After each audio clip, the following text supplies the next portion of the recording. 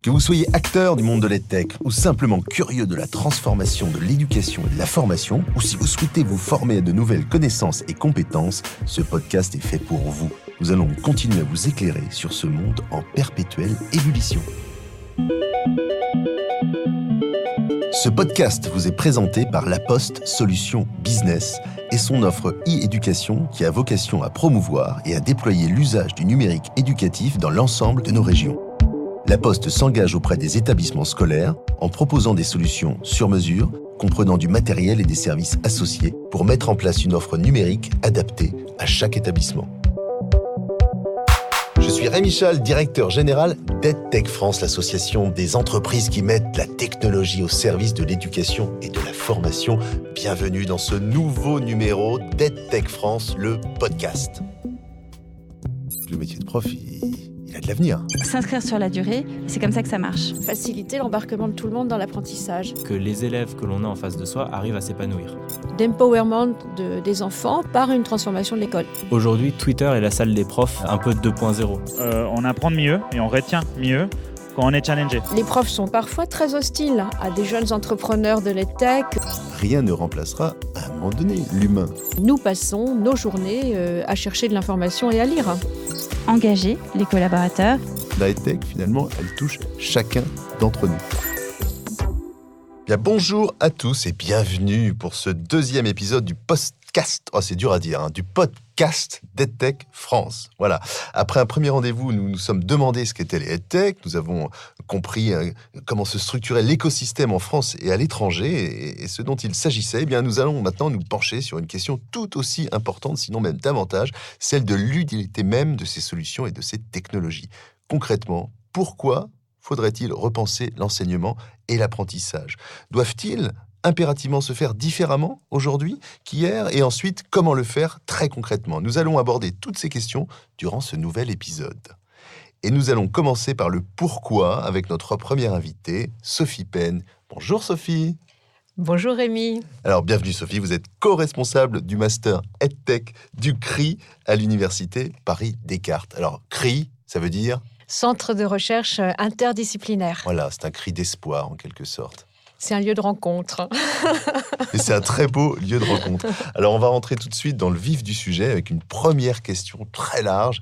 Pourquoi l'apprentissage doit-il se faire différemment aujourd'hui ? Comment est-ce qu'on explique ça ? Alors, je ne sais pas s'il doit se faire différemment, mais je pense que de fait, il se fait différemment. Alors, peut-être que c'est toujours difficile de dire les choses changent, parce que c'est un peu comme les embouteillages, on ne peut pas être à deux endroits à la fois, donc on ne sait pas si on a choisi le meilleur itinéraire. Mais de fait, l'apprentissage, nos cerveaux ne changent certainement pas. Ce n'est pas tant le numérique qui aurait déjà changé fondamentalement les structures profondes de nos cerveaux. Le médium de la réception, le véhicule des savoirs change aussi. Le statut probablement du savoir dans notre culture, l'extension de la définition de ce que sont des savoirs, et puis aussi la façon dont les gens, les enfants, les étudiants, les adultes apprennent. Une petite chose toute simple, c'est que depuis 10 ans, nous passons nos journées à chercher de l'information et à lire. Donc, est-ce que c'est apprendre ? Sûrement pas. Est-ce que c'est être en contact avec des informations ? Sûrement. Est-ce que de ce contact, on peut faire du savoir, de l'intelligence de l'information ? Peut-être. Et à quelles conditions ? Et donc, le sujet de notre conversation est un peu lié à tout ça. Oui, c'est important de rappeler que l'information n'est pas le savoir. Et le savoir n'est pas la connaissance. Alors, quand on est prof, et je l'ai été, on entend souvent en salle des professeurs, entre deux cours, les collègues se plaignent que les élèves étaient mieux avant, qu'ils étaient plus disciplinés, qu'ils étaient plus attentifs, etc. Et j'ai le sentiment qu'aujourd'hui, on l'entend encore plus, parce qu'il y a cette tentation de l'étudiant ou de l'élève d'être sur Internet ou de sortir son téléphone, etc. Donc, est-ce qu'on est effectivement face à une génération qui zappe plus vite, qui a besoin peut-être de choses plus ludiques ? Comment est-ce que tu envisages les choses ? Déjà, d'ailleurs, toujours quand on suit les sciences cognitives, on apprend que de toute façon, nos séquences d'attention sont très courtes. Donc, comme disait, j'ai entendu Elena Pasquinelli, qui est chercheuse en sciences cognitives, enfin en épistémologie des sciences cognitives et qui est à la main à la pâte, elle nous expliquait un jour qu'une petite fille de 6 ans peut très bien rester 45 minutes en classe sans bouger et en écoutant ce que dit un ou une enseignante. Elle peut le faire. Mais la conséquence, c'est que elle va consacrer toute son énergie à se contrôler et à ne pas bouger. D'accord. Donc, on peut obtenir le résultat. Est-ce que c'est la condition optimale pour apprendre ? Elena n'avait pas l'air de le penser. Pour être allé au CRI, il y a un espace qui est le Learning Center, c'est ça, qui est assez étonnant dans une structure universitaire, parce que pour y entrer, d'abord, il faut se déchausser. Ensuite, il y a des peluches, il y a des livres, il y a des coussins, etc. Et ceux qui sont dans cet espace, où on pourrait se dire c'est une aire de jeu, en fait, sont au contraire extrêmement attentifs. J'ai eu la chance d'y faire une conférence, d'y rencontrer des étudiants, et j'ai trouvé une qualité d'échange bien supérieure à celle qu'on peut avoir dans n'importe quel amphi, où on est physiquement là, mais où son esprit cherche à s'échapper. Exactement. On est plus facilement captivé par ce qu'on écoute dans cet environnement-là, le Learning Center, parce que on n'est pas malheureux et quand on a la chance de rencontrer un intervenant intéressant, on ne dérive pas vers son smartphone et autres. Il y a quelque chose de très paisible dans l'attention que chacun porte à son travail, parce que les conditions physiques, corporelles sont à la détente, au bien-être, sans insister. Bien sûr, on est quand même là pour lire, travailler et se parler de choses sérieuses, mais ça se passe comme ça. Alors que dans la plupart des autres universités, et certainement dans les écoles, notamment les écoles primaires, on a toujours la même disposition de classe qui n'a pas changé depuis des siècles, j'ai envie de dire. C'est-à-dire le professeur sur une estrade, sur un bureau, et puis les élèves les uns derrière les autres, non ? C'est un petit peu injuste, parce que c'est un petit peu injuste. Il faut aussi que les techs entrent dans les vraies classes. Il n'y a plus d'estrade depuis très longtemps. Il y en a une dans l'école de mon fils, c'est pour ça que je le dis. Oui, c'est vintage, ça a du charme. Mais quand même, souvent et de plus en plus, les classes sont configurables. Elles sont souvent en îlot, au moins pour certaines activités, en tout cas dans le primaire. Alors après, c'est sûr qu'il y a une sorte de police des espaces qui est vraiment interrogée. C'est-à-dire que quelqu'un racontait, il disait, alors en maternelle, évidemment, tout le monde travaille en îlot, puis tout d'un coup on dit, attention, vous êtes en grande section, l'année prochaine c'est le CP, ça ne rigole plus. Et hop, tout le monde se met en classe. Et pareil, donc il y a le primaire qui se déroule, puis tout d'un coup on est en CM2, attention, l'année prochaine c'est la 6e, etc. Tout ça jusqu'à l'enseignement supérieur, et nous on dit, mais qu'est-ce qu'ils vous ont fait ? Qu'est-ce que vous avez, quoi ? Vous pouvez pas être normaux, quoi.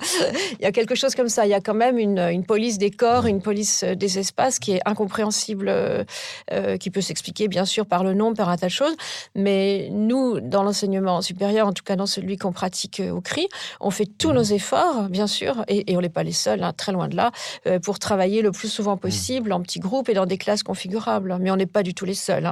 Alors, tu diriges le master EdTech, précisément, du CRI.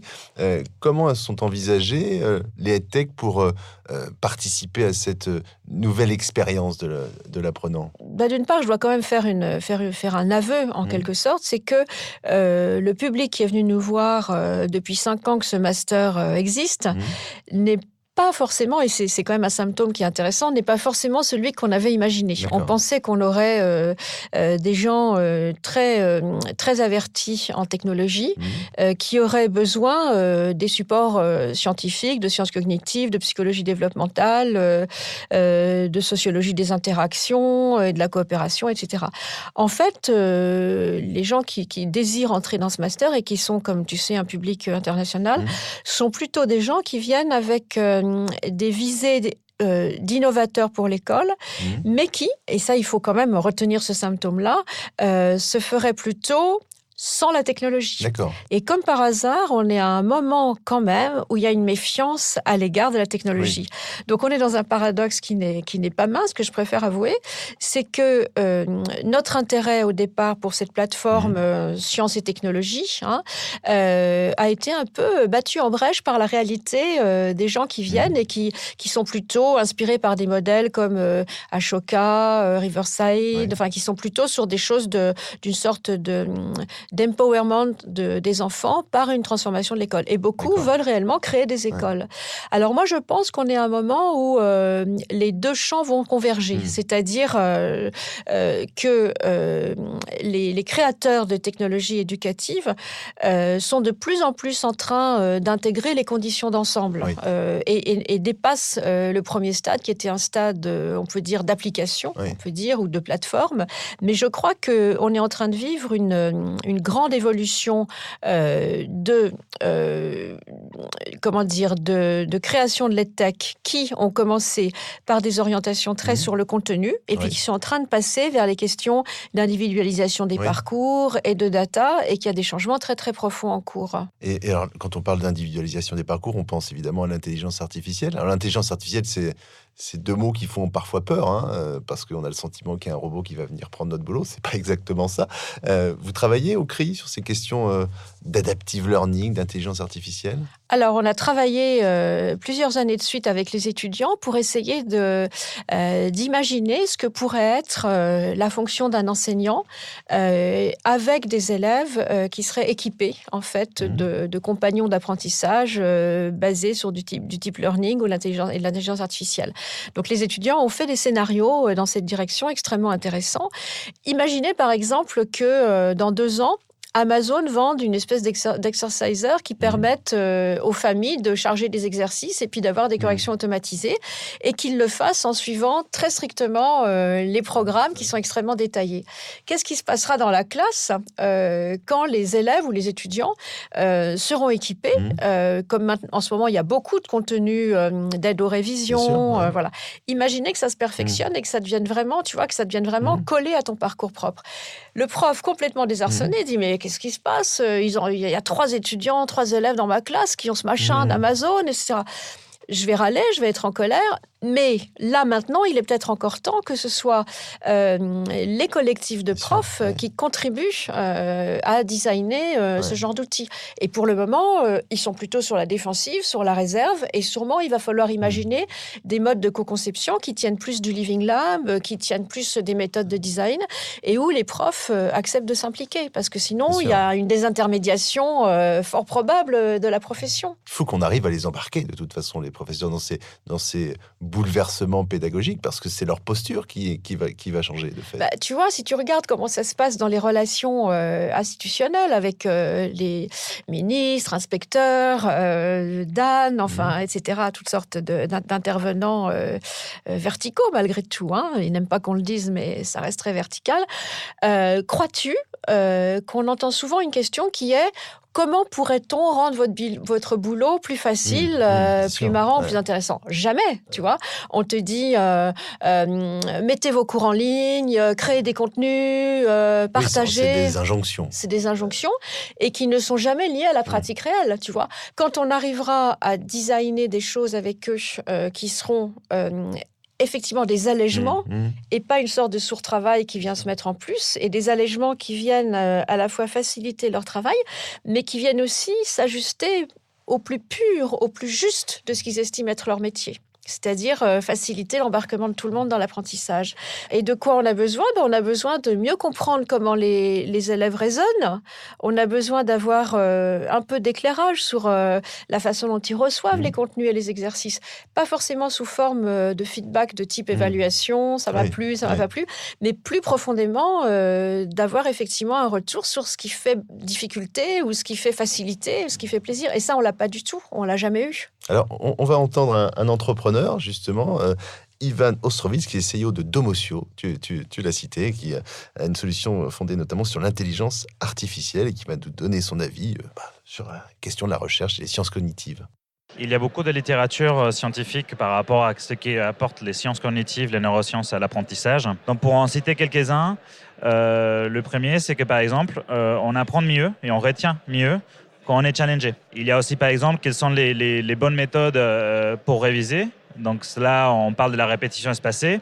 Et comme ça, il y a plein d'études qui modélisent, en fait, en partie, la façon du cerveau d'apprendre. Sophie, qu'est-ce que ça t'inspire, ce que nous dit Ivan ? J'ai travaillé il n'y a pas longtemps, il y a 2 ans, sur les résultats d'une enquête sur la pédagogie dans l'enseignement supérieur, où justement on interrogeait des profs du supérieur en leur disant: vous avez des contenus numériques pour vos étudiants? Ah oui, bien sûr, bien sûr. Sous quelle forme? Des PowerPoint, des diaporamas, et tout ça.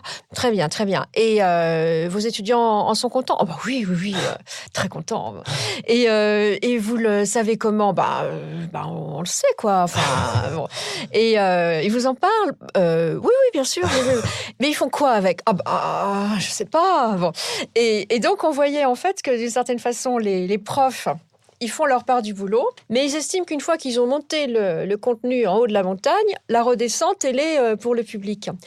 Et que, effectivement, nous, profs, nous sommes habitués à designer des contenus qu'on envoie, mais dans nos cultures, on n'a pas encore la capacité, la propension à s'intéresser vraiment à la réception. Enfin, on peut dire content, pas content, intéressé, bon résultat ensuite, bon feedback, bonne performance, ça on sait le dire. Mais le comment, c'est-à-dire des choses aussi simples que qu'est-ce que j'en fais? Est-ce que ce support est annoté? Est-ce qu'il est découpé? Est-ce qu'il est discuté en petits groupes?